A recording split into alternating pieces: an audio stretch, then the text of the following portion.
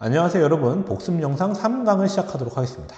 자, 오늘은 중국 고대사에 이어서요 인도와 서아시아 고대사를 간략하게 살펴보겠습니다. 자, 먼저 볼 인도 지역은요, 인더스 문명 이후에 아리아인이 들어온다고 했죠. 그래서 토착인들을 몰아내서 그들만의 문화를 이제 더 발전시킨다고 얘기했었는데, 자, 그들과 관련해서 여러분 보통 그 인도의 유명한 신분제인 카스트 제도, 그 다음에 브라만교를 알면 된다 라고 얘기했죠. 자, 이 브라만교는요, 베다라는 경전을 바탕으로 한 종교다라는 거 하나 기억하면 좋고요. 이 베다라는 경전을 통해서 궁극적으로 지향하는 건요, 우주의 궁극적인 실체, 브라흐만이라고도 하죠. 이 브라만과 개인의 영혼, 아트만의 합일, 하나로 합쳐지는 그것을 지향하는 거죠. 그래서 초기에는 좀 제사 중심적이었으나 나중에 우파니샤드 같은 게 등장하면서 좀 더 어떤 철학적인 기반을 닦게 되죠. 그래서 이 브라만교라는 종교는 내면적인 수행을 통해서 이 윤회의 사슬을 끊고 해탈을 해야 되지 않느냐, 뭐 이런 종교라고 할 수 있습니다.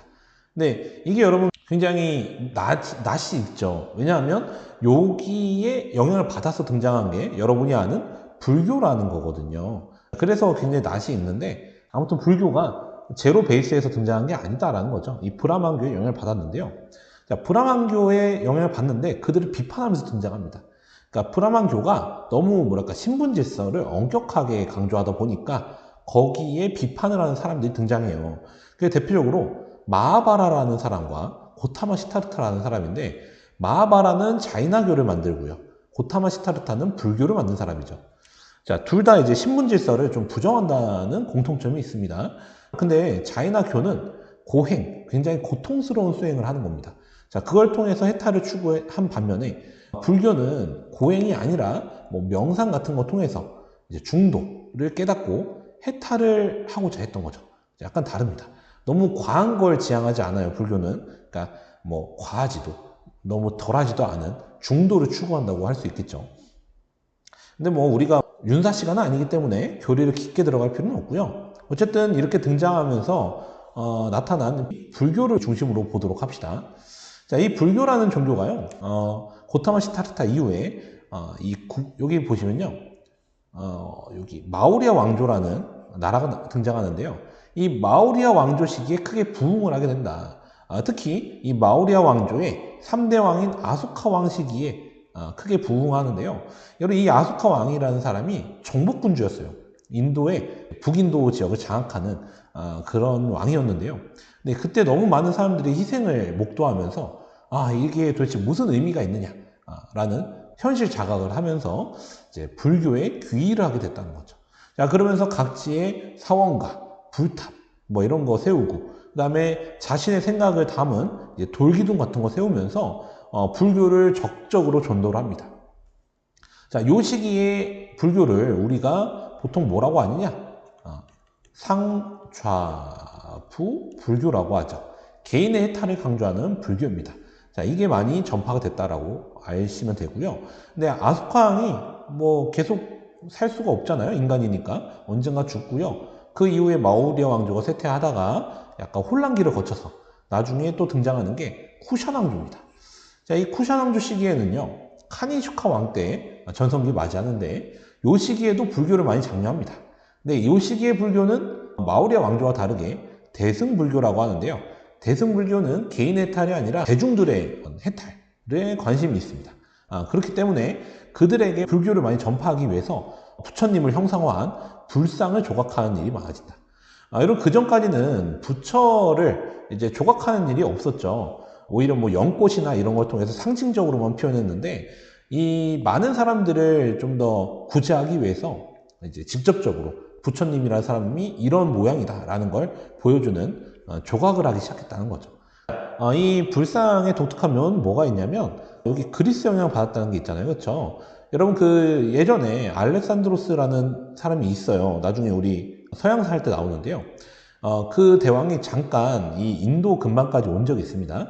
그러면서 점차적으로 서양의 문화가 영향을 끼치기 시작하거든요. 그래서 그리스의 영향을 인도에서 받는 겁니다. 그래서 그리스의 영향과 그다음에 인도의 문화가 섞이면서 이제 간다라 양식이라는 게 등장한다는 거죠.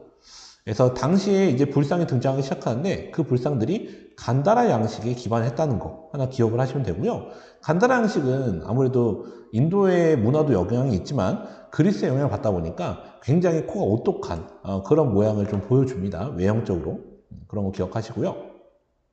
자, 다음으로 살펴볼 거는요. 여러분 오리엔트 지역인데요. 자, 오리엔트 지역은 보통 서아시아나 중동 지역을 좀 아울러서 얘기하는 표현입니다.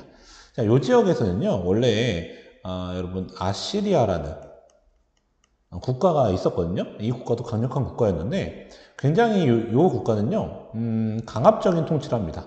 굉장히. 자, 강압적인 통치하다가 나중에, 다음에 등장하는 이 아케메네스 왕조 페르시아에 의해서, 멸망을 하고 만다. 그래서, 이 아케메네스 왕조 페르시아를 좀 기틀을 다진, 키루스 대제 같은 사람들은요, 아시리아와 다르게 굉장히 관용적인 정책을 펼쳤다라는 거 하나 알아두시면 좋겠습니다.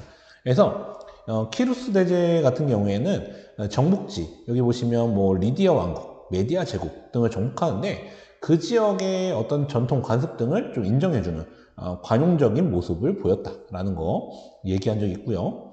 이러한 방식은요, 그 이후에 통치자도 계속 이어받아요. 그래서 다리우스 1세든 그 다음에 크세르크세스 1세든 계속 그 관용 정책은 이어갑니다.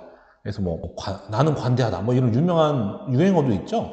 크세르크세스 1세와 관련해서 그게 다 이로운 정책 때문인 거죠. 자, 어쨌든 자, 키루스 대제에 이어서 다리우스 1세가 있는데 특히 이 왕이 중요하죠. 요 시기가 좀 전성기라고 할 수 있습니다. 다리우스 1세 시기에 아케메네스 왕조 페르시아는요, 중앙 집권 체제를 더욱더 확립을 합니다.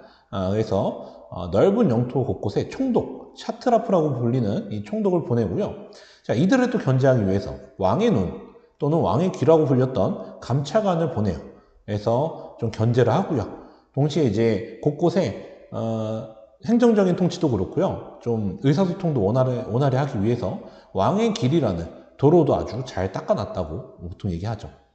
자, 그러면서 이 다리우스 1세 시기부터 저쪽 서쪽에 작은 국가들이었던 그리스 세계와 전쟁을 하기 시작합니다.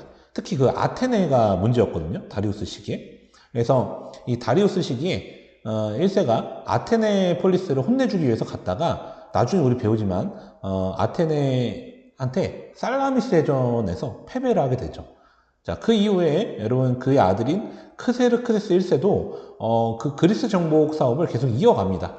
이어가는데 이 시기에는 이제 아테네랑 스파르타가 연합해서 저항을 하면서 이제 패배를 하게 되죠.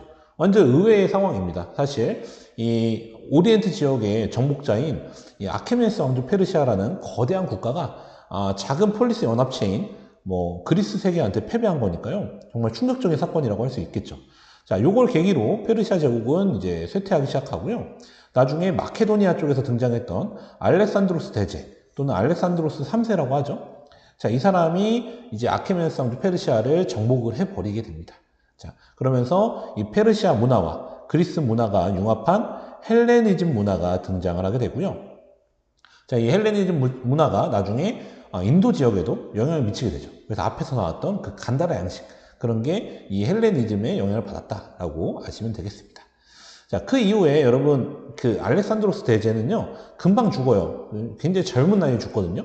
자, 그 이후에 혼란기를 좀 거쳐가지고 요 서아시아 지역에는 파르티아라는 국가가 등장하는데, 자, 파르티아가 등장할 때쯤에는 이제 더 서쪽에는 로마가 등장하고요. 이제 동쪽에는 그 인도 쪽에 국가들이 있는 거죠. 그 중간에서 이 파르티아가 중개무역으로 번성을 하다가 나중에 이 샤한샤, 왕 중의 왕이라는 뜻이거든요. 자, 아르디다스 1세라는 사람이 등장해서 사산왕조를 세우게 됩니다. 자, 이 사산왕조는 페르시아를 이어받았다는 걸 표명을 하죠. 그래서 보통 우리는 사산왕조 페르시아라고 합니다.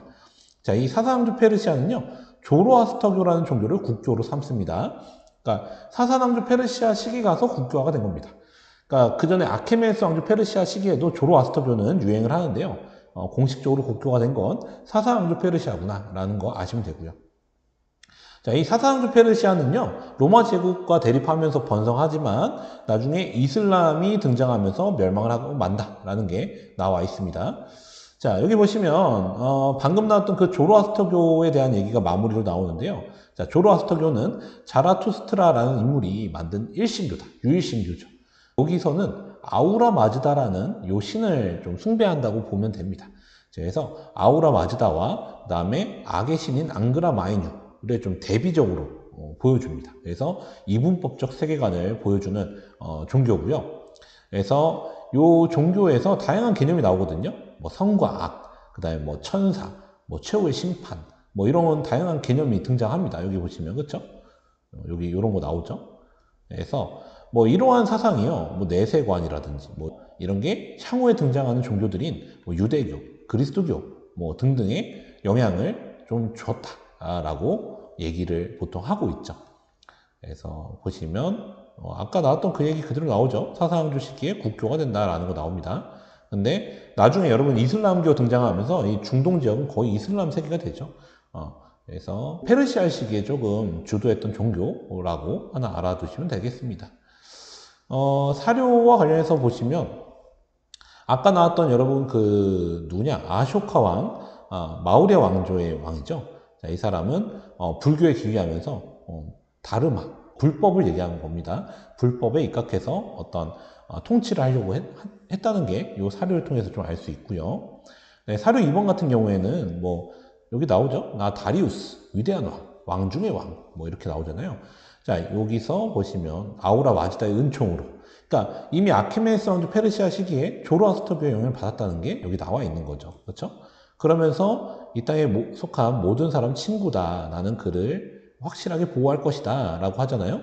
이런 측면에서 또 약간 관용적인 모습을 보여준다고 할 수도 있겠죠. 그렇죠? 그래서 이번 복습 영상 3강은요, 이렇게 인도와 서아시아 고대사를 종교 중심으로 해서 간단하게 좀 살펴봤습니다. 자, 이번 3강 여기까지 하고 이제 다음 복습 영상에서 만나도록 합시다. 자, 수고했습니다, 여러분.